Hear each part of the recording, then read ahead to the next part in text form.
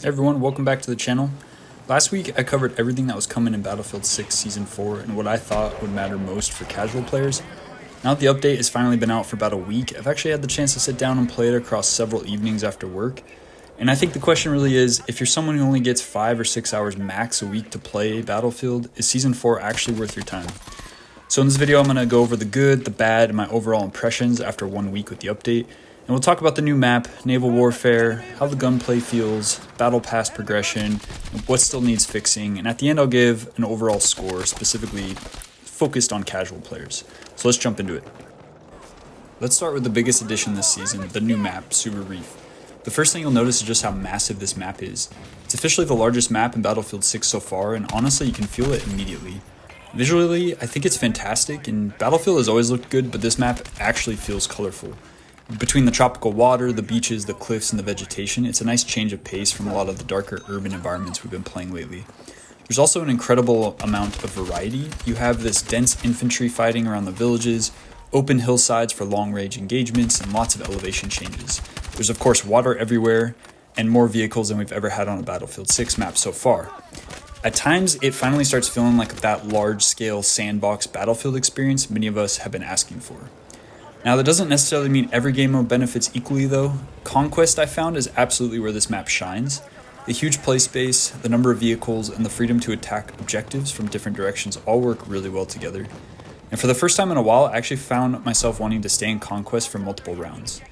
That said, I do think the map might actually be a little too big. There were plenty of moments when I died, respawned, and then spent what felt like forever simply trying to get back into action because I just missed a transport vehicle.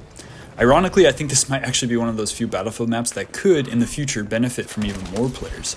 Normally, I think larger player counts just create chaos, but because this map is so massive, I actually think another 30 or 40 players can make it feel much more live. And I know that might be a hot take, but that's just my opinion. Escalation was fine, I guess. I enjoy the mode overall, but once objectives began disappearing, I don't think the playable area shrinks enough to keep the pacing exciting. There were definitely stretches where I spent more time moving than fighting. And then we have Breakthrough, which unfortunately this was easily my biggest disappointment. Almost every match I played ended with attackers getting completely stalled in those middle objectives. Those sectors feel incredibly difficult to break through, and almost every game ended the exact same way. Hopefully DICE takes a look at the objective layouts here, because I think this mode does have a lot of potential in this map. And overall I think this map is good, but, and this might be a hot take again, I don't actually think this is one of Battlefield 6's best maps. Personally, I'd still rather play Railroad to Goldman from last season, or even Siege of Cairo for that urban engagement. And that's just a personal opinion, and I'm sure I'll get some passionate debates on that claim. This is definitely a step in the right direction, I just think it still needs more balancing depending on the game mode. Now let's talk about the other headline feature of Season 4, which is the naval warfare. I'll be honest, I think the technology here is actually more impressive than the gameplay itself. The new wave physics look fantastic, and swimming feels much smoother than it did before. Moving through the water feels more natural, and overall the ocean actually feels alive in this update. The boats themselves are fun, they're great for transportation, they're useful for flanking objectives, and they create some really cool battlefield moments, especially when helicopters, boats, tanks, and infantry are all fighting in the same area. But I don't think naval combat is really carrying this season yet. Right now, it feels more like an extension of Battlefield rather than a completely new way to play, and honestly I think that's okay for now. The boats are also surprisingly balanced. I never felt like they completely dominated the matches that I was in. If anything, they simply created more opportunities for players to move around and attack objectives from unexpected angles. And that's classic Battlefield. I actually think naval warfare's best days are still coming in this season, especially once Carrier Strike arrives later, once Wake Island comes back, once aircraft carriers become playable. And that's when I think this system will really start to shine. As for the core gameplay and overall quality of life, honestly, it feels very similar to Season 3, and I actually don't mean that as a positive or negative. For my more limited time playing, I just didn't really see an improvement in the gunplay, nor did I notice a step back. The end of Season 3 was probably the biggest improvement Battlefield 6 has received so far since launch, and thankfully they didn't completely reinvent things. Most of my favorite weapons still feel exactly the same. Unfortunately, I still haven't unlocked most of the new Season 4 weapons, which I'll talk about why in a minute. One thing that definitely stood out though was vehicle spotting. This honestly felt worse than before, and whenever I tried pinging enemies from inside a vehicle, my marker almost never landed where my reticule was actually pointing. Sometimes the ping wouldn't appear at all. It's something I noticed almost immediately, and hopefully that's addressed soon because communication from vehicles is incredibly important on a map this large. Vehicle balance, on the other hand, it feels pretty good, at least in the limited number of matches I was able to jump in. Transport helicopters finally feel useful without becoming overpowered. Ground transports are still very capable. The new boats fit nicely into the overall sandbox and aren't overpowering any other vehicle. Nothing really feels like it's dominating the game.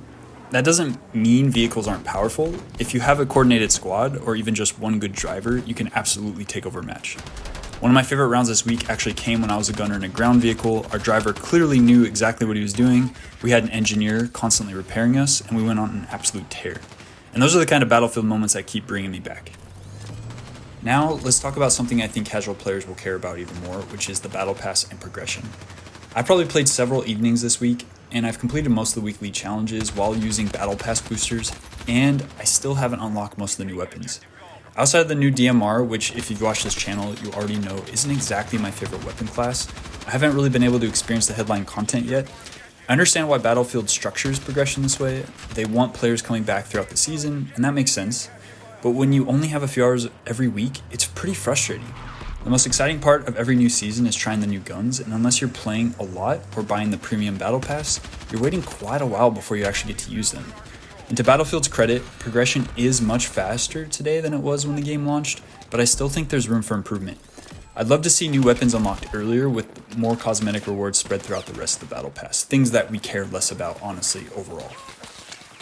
So what still needs work? Audio is definitely better than previous seasons, especially how Season 3 ended.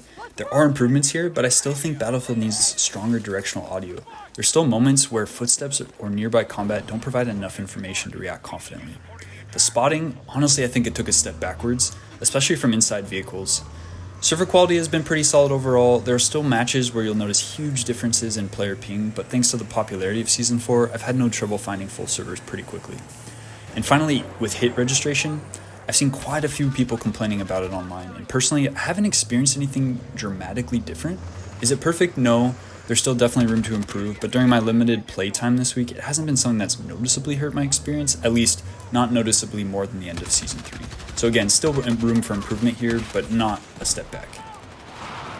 So, does Season 4 actually respect your time? I'd say mostly. I think Battlefield 6 is in a better place than it was at launch. The gameplay is fun overall, vehicle balance feels decent, Conquest on Super Reef delivers some of those fantastic Battlefield moments that we've been asking for, and the foundation for naval warfare is exciting with more to build on. But I also think this season still has a lot to prove.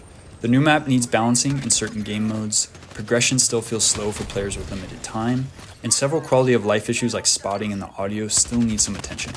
I absolutely think Season 4 is worth checking out, I just don't think it's a home run that it could become by the end of the season.